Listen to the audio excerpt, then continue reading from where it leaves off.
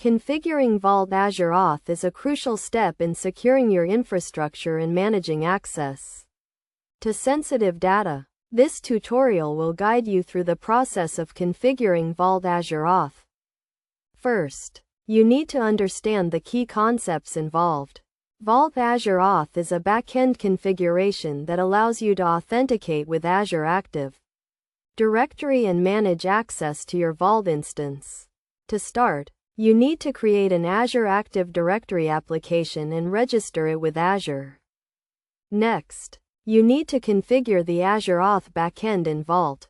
This involves creating a new Auth backend and specifying the Azure Active Directory tenant ID, client ID, and client secret. You also need to specify the resource and audience parameters to define the scope of the authentication.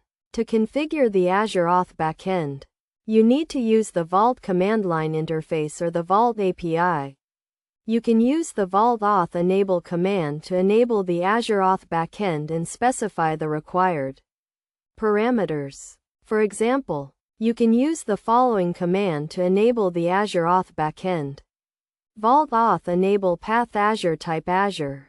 Once you have configured the Azure Auth backend, you need to configure the user or group mappings. This involves creating a new user or group mapping and specifying the Azure Active Directory user or group ID and the corresponding Vault user or group name. You can use the Vault write command to create a new user or group mapping. Best practices for configuring Vault Azure Auth include using a secure client secret and storing it in a secure location, such as a secrets manager. You should also limit the scope of the authentication by specifying the resource and audience parameters. Additionally, you should regularly review and update the user and group mappings to ensure that access to your Vault instance is secure and up to date.